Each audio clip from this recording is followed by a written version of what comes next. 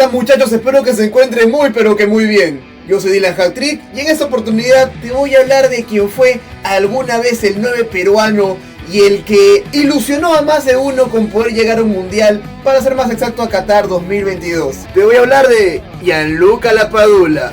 Y es que el delantero peruano otra vez ha sido noticia, pero no por los goles que hace en Italia, que dicho sea de paso son nulos, ni tampoco por los goles que haga en la selección, que efectivamente también son cero, sino que Macarena Gastaldo ha salido a dar su valor de la verdad con Beto Ortiz, donde dice que se le ha comido a Lapadula con tenedor y cuchillo, y sin máscara. Y esto paltea porque Lapadula tiene esposa, hijos, una familia concreta, y este tipo de acontecimientos suelen fastidiar bastante, porque no estamos en una situación donde podamos sacar noticias de jugadores, ya que estamos fuera del mundial, sin Copa América y sin nada que nos pueda avalar, porque somos así de malos. Y es más, hace 3-4 días le acaban de robar a la tía de Lapadula en su distrito en La Victoria, y comenta ella de que los serenagos no querían apoyarla, lo cual, bienvenida Perú, tío. Es así de simple. Por otro lado, es gracioso que Lapadula haya sido noticia en esta semana por 1001 razones. Bueno, por lo que tiene que hacer, que es ser un futbolista. Entonces recordé, brother, Lapadula tuvo una carrera muy interesante. Así que, ¿por qué no hablar de eso? ¿Por qué no comentarte un poquito ahora, ya que estamos cerca, tú y yo y tú, sobre quién fue? Porque para mí ya fue, no hay forma que llegue a la siguiente eliminatoria o a la siguiente Copa América. Gianluca Lapadula.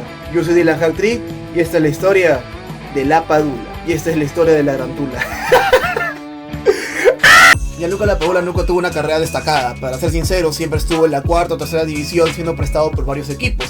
Y es más, la historia del bambino es de la peor manera posible en sus 19, porque a los 23 años Lapadula era con la justo suplente del Frosinone de tercera división. Su familia consideraba que el fútbol le quitaba demasiado tiempo y que debería dedicarse al negocio familiar que era ya en Italia. Lapadula, por otro lado, su mayor logro había sido ser contratado por el Parma, que, quien ya te dije, le prestaba a divisiones inferiores. Cuando regresa justamente a este club, él ya era consciente de que lo iban a volver a prestar, pero esta vez fue enviado al Gorica de Eslovenia, donde tuvo que elegir entre jugar en el extranjero o abandonar el fútbol. Gianluca, para la alegría de nosotros, escogió seguir su corazón y se mantuvo en el fútbol. En el Gorica encontró la regularidad que tanto buscaba. Disputó 32 encuentros, anotó en 14 y conquistó la Copa de Eslovenia, su primer título como profesional. Entonces, el envalentonado regresa al Parma con esperanzas renovadas, pero la realidad otra vez fue cruel.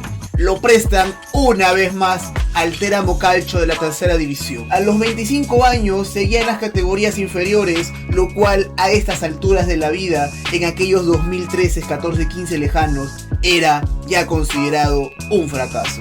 Aunque esta vez como titular otra vez, y marcando 24 goles en 44 partidos, demostrando pues que el ítalo peruano era cosita seria. Entonces llegaría el punto de inflexión. Una vez más, el Parma lo quiere prestar, pero no contaría con la sorpresa de que se declara en quiebra, en bancarrota, y Lapadula en consecuencia queda libre. Apareció entonces a su salvación un equipo que tú y yo conocemos muy bien, ya que es el Pescara, y aquí Lapadula se haría internacional, aún más famoso, sobre todo en tierras peruanas, porque tu padrino Gareca y yo sabríamos de él. Apareció Pescara de la segunda división, que quien apostó por él y le cambiaría la vida completamente. A los 26, una edad que si bien es tardía, pero no deja de ser increíble, el bambino demostró toda su evolución que había logrado en Eslovenia y en la tercera división de Italia. Se convirtió entonces en el goleador de la Serie B y comenzaron a lloverle ofertas de grandes clubes como Napoli, Milan y Juventus. El Pescara lo llevaría inclusive hasta los playoffs de ascenso, donde finalmente subieron a primera división. Es aquí cuando Lapadula empieza a interesar y recibiría el primer llamado, recibiría la primera visita de tu Ricardo, mi Ricardo, nuestro Ricardo Gareca, que quien ya veía en él cositas ricas que tú y yo queremos para poder ser llamado a la que sería increíble selección peruana para Rusia 2018. Tanto era su nivel que finalmente Lapadula ficharía por el AC Milan, el club más grande de Italia, no es debatible, no es cuestionable, pero que paralelamente la Federación Peruana lo buscaba porque su madre peruana ya había sido contactada. Sin embargo, eso no fue un trabajo de la Federación, hay que mencionarlo, y se recuerda que quien lo descubre había sido una página que tenía de nombre Embajadores Criollos, quienes descubrirían a este jugador italiano con madre peruana en aquel 2015-2016 y se haría popular a través de ESPN. Porque la verdad sea dicha, el trabajo de scouting de Perú hasta ese momento era nulo. Pero pese a este interés, obviamente siendo italiano, donde toda su vida la realizó casi allá en su plenitud, donde su juventud la pasó en las tierras de su padre, era obvio que pese a que le llegó la propuesta de jugar por la selección peruana, algo que nunca él había visitado en su vida, era evidente que tenía que jugar por Italia. Y efectivamente rechazó la invitación a jugar por la selección peruana en aquel entonces. En noviembre del 2016 fue convocado por primera vez en la selección italiana. Él no se equivocaría. Debuta en marzo contra San Marino con un hack trick, así como el canal, en la victoria 8-0, donde parecía pues que iba a tener un lugar en la selección italiana y sus sueños iban a ser una realidad. Pero es aquí donde llega la crisis, ya que el Milán coincide en esa contratación con la Padula al ser, para mí, el peor Milán en toda su historia. Atravesada por una crisis financiera, la Padula entonces fue prestado al Génova, donde alternó a veces titularidad, jugaba sí, jugaba no, y lo peor llega cuando Italia no clasifica al Mundial de Rusia de 2018, mientras que en contraste, el país que él había rechazado lo hizo después de 36 años, algo impensable en la ironía máxima de la vida. Las lesiones entonces también llegaron, lo atormentaron en aquel 2019, donde viviría la peor etapa de su carrera, solo 9 partidos y 2 goles. En consecuencia fue cedido al Lecce, donde recuperó cierta regularidad, pero su equipo descendió. Este dato no es menor, ya que en muchos equipos donde sería préstamo de la Serie 1 de Italia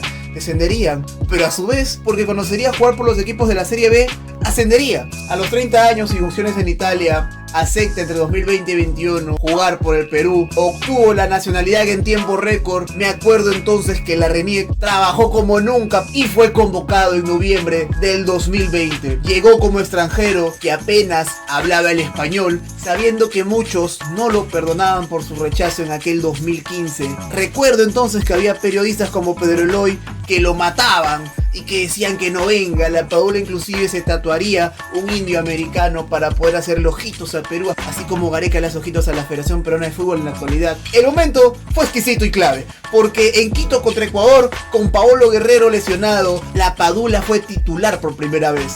Se dejó la vía en la cancha. No marcó, es cierto, pero yo le recuerdo buenos pases, correr sin parar, parecía que tenía 3 pulmones. Era como ver a Retamoso revivir para poder jugar con Perú una vez más, pero un Retamoso pintón, hay que decirlo, muchachos. Perú gana aquel enorme partido contra Ecuador y se gana obviamente la Padula, el corazón de todos los hinchas peruanos. Pero eso no fue todo. En la Copa América de Brasil fue una de las revelaciones en el 2021, marcando 4 goles. La Padula a los 31 años, después de tantas frustraciones, finalmente era reconocido mundialmente. Era amado por 33 millones de peruanos y 1 millón de chamos que residían aquí en este país bonito.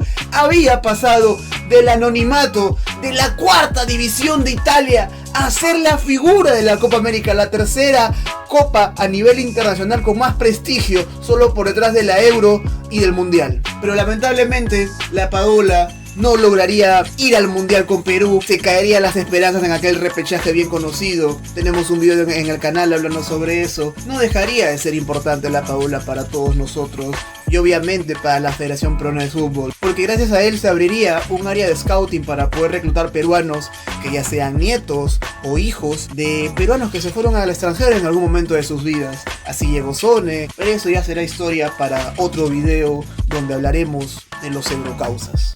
Las historias no siempre tienen que tener un final feliz. El 31 de enero del 2025 la Padula se unió al Spezia de la Serie B de Italia. Encuentra su destino siempre en la Serie B de Italia y en consecuencia de todo esto, Gianluca Lapadula, quien llegaría a mediados de la temporada 2024 y 2025 y no ha sido ni siquiera importante en este nuevo equipo donde está jugando, porque con la justa en 7 meses ha metido 4 goles y con la selección ni qué decir. No aportó nada en estas eliminatorias, no jugó Copa América el año pasado. Y es increíble como Paolo Guerrero con sus ya casi 42 años lo banca. Y no por un tema de argolla, muchachos, sino por un tema de que Paolo Guerrero efectivamente es mejor delantero hoy por hoy que el ítalo peruano. Eso es todo por mi parte. Yo soy Dylan Hacktrick, no olvides que puedes darle like, suscribir y comentar. ¿Te acuerdas de la Padula? Y si es así, ¿cuál fue el gol que más gritaste? ¿O cuál es el recuerdo más añorable que tienes de él? Ya nos vemos pronto, yo te mando un abrazo enorme. ¡Chao, chao!